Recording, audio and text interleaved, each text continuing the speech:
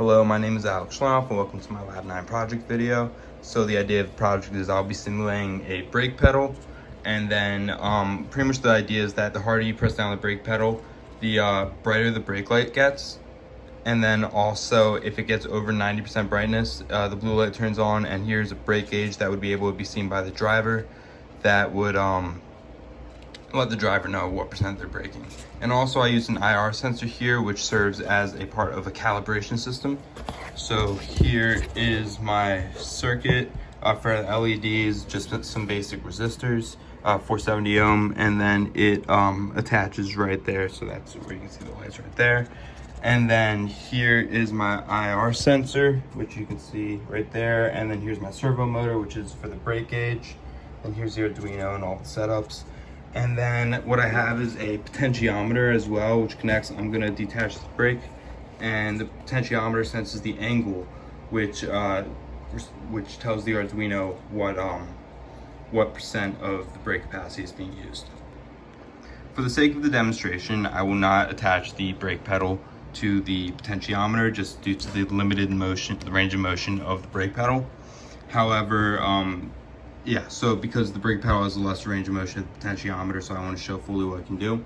So the point of the IR sensor, which connects to this remote, whenever I press the play button on the remote, it recalibrates the system so that the max brake ability is whatever the potentiometer is at that point.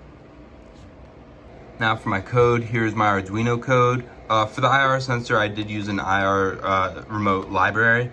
I learned about that from the Superstarter Uno R3 project kit, which came with a guide to how to use different libraries.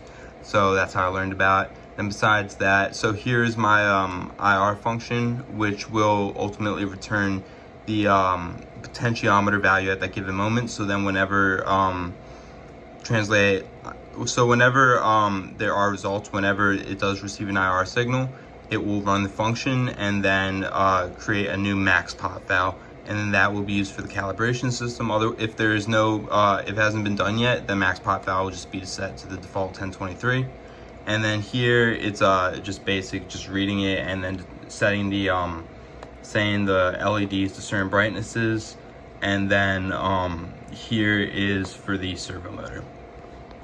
Also, here's just a closer view of the processing code. So one interesting bit that I added right here is that the legend, the color of the legend actually represents the color of the LED, with white being off for this matter, and the legend color changes with the dot color and the LED. So here's my processing code. It's pretty straightforward. Most of it's from Lab 5. So here's where I created the lines and the different elements. So then I create a legend here. And then, so I'll just run it real quick. So the Arduino code's already running. But when I run the processing code, as I turn the potentiometer, you will see that the percentage raises till it gets to the max. And then whenever it's above 90%, it turns blue, because I think that would be a good signal that whoever's behind them should stop immediately. Yeah. So now, cool part about this, whenever I press it also represents the brightness of the red LED or blue LED, depending on which is on. Then when I press the calibration button, it turns to blue because that becomes the new max. And then it has the same thing. And then I press it again, and the max converts to a new value. So now that I'm demonstrating, I'll just continue. So whenever I run it, so I'll reset it to the maximum, and then whenever I run it, the gauge shows what percent is being used. And then let's say it's right here, and then I want to recalibrate it. It resets right there, and then goes from there. Cool.